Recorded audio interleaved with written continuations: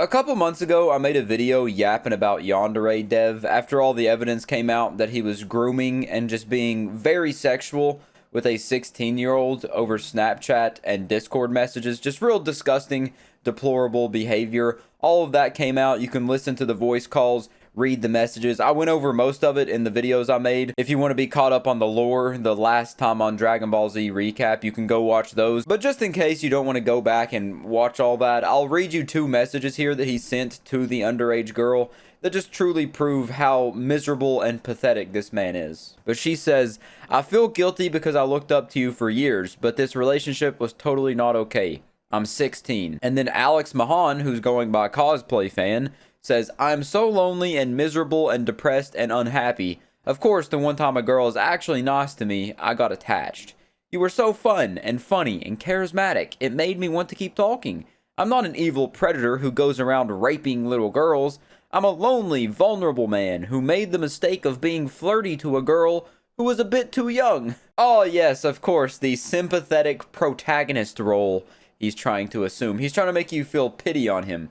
Like he's a sad puppy dog in a Sarah McLachlan commercial trying to get you to donate money to the sad, cold puppies. He's trying to downplay it so hard, trying to say, first of all, that it was a mistake.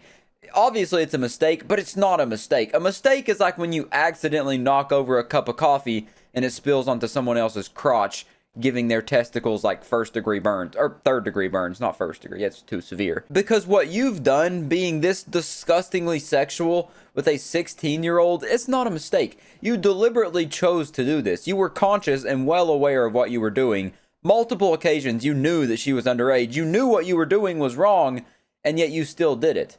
That is not a mistake. That's a choice. A terrible choice, a horrible choice, but a choice nonetheless. You can't call it a mistake like it's a momentary lapse of judgment. And the fact that he says that she was just a bit too young pisses me off. It's like, oh, well, she was 16, which is close to 17, which 17 is basically 18, so she was pretty much legal. It sounds like that's his argument he's trying to make there. Just to put this in perspective, Alex isn't like a 19-year-old that was talking to a 16-year-old. He is he's in his 30s, mid-30s now. He's a 30-year-old man talking to a 16-year-old. Being sexual with a 16-year-old. Being sexually attracted to a 16-year-old. That is not just a bit too young. That is way, way, way too young. That's what that is. But this other message here is the one that really takes the cake for me. I showed it in my previous video talking about it. I remember this one. He said, "You were the one traumatizing me." And she said, "I'm sorry." And then he says, This here is trauma. This is abuse. This is power imbalance. I'm being emotionally abused by you." She said, "I'm 16. He said, "You have this massive blackmail over me." She said, "You're 35. He is over double her age. He is the adult in this situation, talking about the power imbalance, him being emotionally abused by a 16-year-old. And also him saying that she has this massive blackmail over him is pretty much him admitting, hey, I did it. I'm guilty. What I did was bad because you have blackmail over me. He admits what he's done is bad. He knows what he's well aware of what he's doing, which makes it 10 times worse. I just can't believe he's talking about a fucking power imbalance when this dude's had hair on his nuts for longer than she's been alive. That's a power. She has the power imbalance over you. That's and also has a massive following on the internet and everything, but he's the one being traumatized and he's the one facing the power imbalance, not her. Man, you're so cute. It's because you keep being cute. If you don't want to be called cute, then stop being so cute.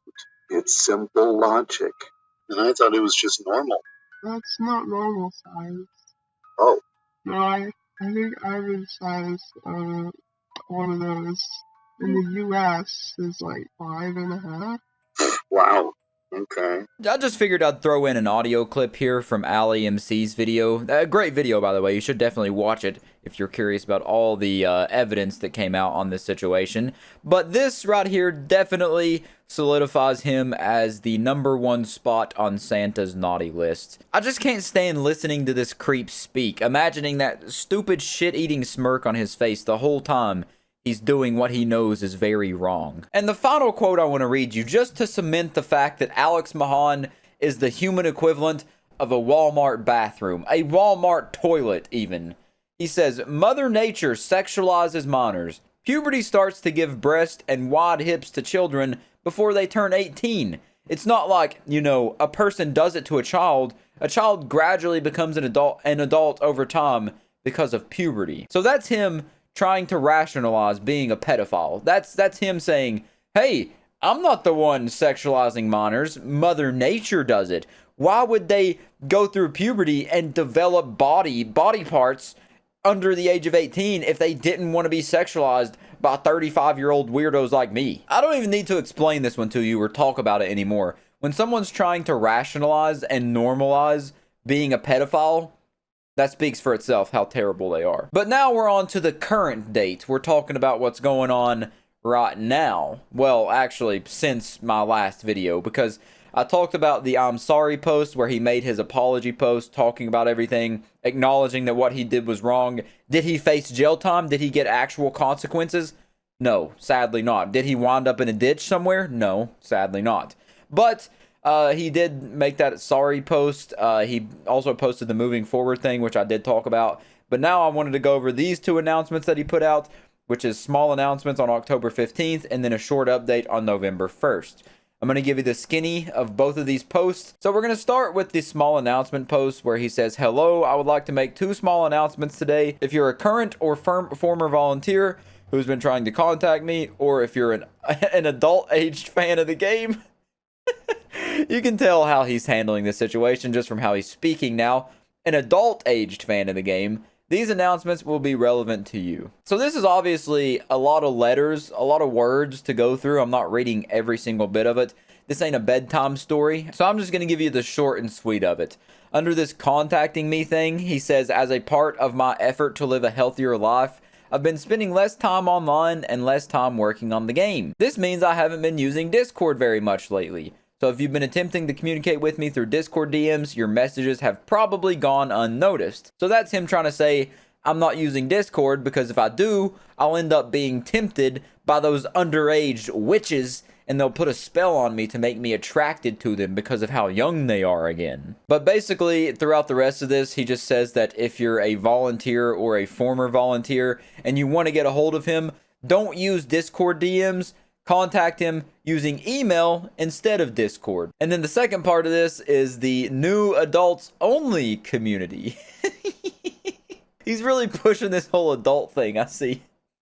Really making sure you know that he only wants to talk to adults now. None of this kid business. But he starts off this one by saying most indie developers would absolutely be thrilled to see big YouTubers expose their game to a massive audience. However, there was an unexpected side effect when huge YouTube superstars played Yandere Simulator. A lot of very young children joined the game's community. Many of those kids have grown up and become adults by now. But there are still lots of minors in Yandere Sim fan base. He would know that. I don't want to make any fan of the game feel unwanted, unwelcome, or disliked, but I have to admit that I have always felt uneasy about the presence of children in the fan base. Although Yandere Sim is not an adults-only porn game, it does contain a lot of violence and dark themes that aren't appropriate for kids. So all of a sudden now it's not appropriate for kids after it came out that you was into kids. I think that unease comes from a place of him not trusting himself, thinking that he might very well do it again. And then he has like a FAQ down here that says, how are you going to keep children out of the community? And he says all methods of forcing someone to prove their age, like demanding to see a government-issued ID, are pretty extreme and can violate a person's privacy. Most adult-only spaces just have a warning screen that says click here to confirm you're 18, and anyone who clicks confirm is let in. We'll be doing something similar with an application process that asks you to state your age, among other things, before you'll be allowed in the server. And that he says people can lie about their age and some might sneak in, and if anyone consistently acts like a little kid, they'll be kicked out. But before they get kicked out, he's probably going to send them a friend request and try to build a bond with them, and then start talking about his penis with them, and then start talking about their virginity with them, and then also saying that he wants to have sex with them, and then they'll be kicked out. And then he says, why did you create a community on a new chat platform instead of continuing to use Discord? There were a lot of factors that influenced this decision, but I don't want to top out a giant essay about it and make this blog post more bloated than it already is. For now, please just trust me when I say there were several reasons for it. I'm going to go out on a limb here and say that it wasn't several reasons why he stopped using Discord. It was one reason, and it was like the devil on his shoulder saying, hey, be sexual with these kids on Discord. It's like the Green Goblin when he takes off his mask and it starts talking to him. That's what Discord does to Alex Mahan. It's like, hey, Alex, there's kids on here and no adults trying to groom them. Prime opportunity. If no one else is going to groom these kids, who is? It's time to step up, Alex. Come on, you got kids to groom. So basically, this whole blog post, small announcements, can be summed up by him saying he's not using Discord anymore to communicate with people, and if you want to get in contact with him, you'll have to use email to contact him. Because Discord has too many temptations. Email, though, is full of old people, so it's completely safe. He's not attracted to old people. And of course, just like all the other blog posts, all the bad critical comments get deleted, and only the ones that are supporting and adoring him are allowed to stay up. But now we're on to the most recent update from November 1st, which is about a month ago, a little over a month ago at this point. And it's called Short Update. So on this short update, we have 3 things that he goes through, which is therapy, lifestyle changes, and game development. Starts off by saying that in October, he started using an online therapy service. And the rest of this is him just talking about his own personal therapy journey. And I gotta say, it's a good step in the right direction that he's getting therapy.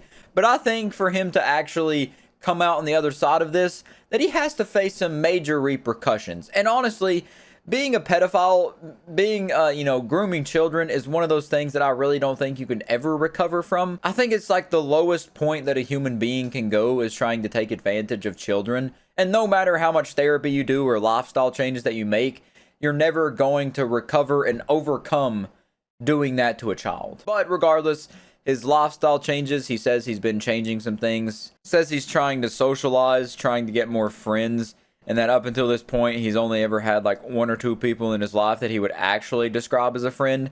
And that resulted in his incredible loneliness. He says, but over the past month, I've loosened up a bit. These days, if someone reaches out to me and offers their friendship, I'm not so quick to turn them away. I'm very cautious at first. I always want to make sure that I'm not talking to a kid or someone with bad intentions. I just think it's so funny that he's trying to gloss over everything, being like, hey, I'm making this adults only community. I always want to make sure I'm very cautious. I want to make sure it's not a kid. But if it is a kid, that's great because that's what I'm looking for. But he continues and says, but if they seem like a genuinely nice person, and I actually speak with them instead of just shooing them away. And then he says that he'd like to mention he's also been leaving his house, interacting with people in real life, and participating in activities that don't involve the use of a computer. Which those are all great things. You should have been doing that before, and then you probably wouldn't have ended up acting like that with a kid over Discord or Snapchat. And then game development is something that I genuinely don't care about because in my opinion, I think Yandere Simulator was kind of it's a weird concept from the start. Because he says that everyone in the game is 18 plus, but it's heavily implied that they're underage in the game, the characters and whatnot. And I gotta say, it's now that you look at it from this perspective, it's not too shocking that someone who made a game like Yandere Simulator turns out to be into little kids. Like, the clues were there all along in front of our face. We just didn't connect the dots. But then in closing, he says therapy is helping a lot more than he expected. Before he goes, he'd like to briefly reiterate what he said in his last blog post. If you're a volunteer, ex-volunteer, or someone who wants to become a volunteer and you wish to communicate with me, please contact me through email, not Discord. Also, if you are at least 18 years old and want to interact with other adult fans of the game without the presence of children, you're welcome to join our new gilded community. I just think that really cements his guilt. It just stamps pedophile on his forehead because he's so heavily pushing this adult narrative and this 18 plus narrative to make it seem like he would never do anything, not even look at someone that's underage. He's just pushing it so hard, being like, no kids, no kids, no kids. No kids. And it feels like to me that he's pushing this adult narrative not to be like, hey, I'm protecting the kids and keeping them out of this adult community that they don't need to be in because they're not mature enough. It feels more so like he's saying, I don't want kids in this community because it's going to turn me on if they are in here. I'm protecting them from me. Anyways, that's pretty much it. Unfortunately, we didn't get the fairy tale ending of this story. Alex didn't face any real repercussions for his actions, besides getting canceled on the internet, which he definitely deserves it. He doesn't deserve to have a platform after the way he took advantage of his power online and his influence to groom and be sexual with children. It's disgusting, terrible behavior. Very good that his presence on the internet is nowhere near what it used to be. He doesn't deserve the platform, and hopefully it continues to go away. I wish nothing but bad things on this dude. I see here from what he's saying on his blog post that he's trying to better himself, and that's good or whatever, but still, I think what he's done already is inexcusable, and he needs to face real repercussions for his actions, not just feeling bad about himself and feeling guilt and remorse for being lonely. No, this is far beyond that. This isn't something you can just apologize for and it makes it okay. You can't just slap a band-aid on a bullet hole and expect everything to be fine. But other than that, that's probably the last time I'm ever going to talk about Yandere Simulator, the game that's been in development since 2014 and still has no finish line in sight.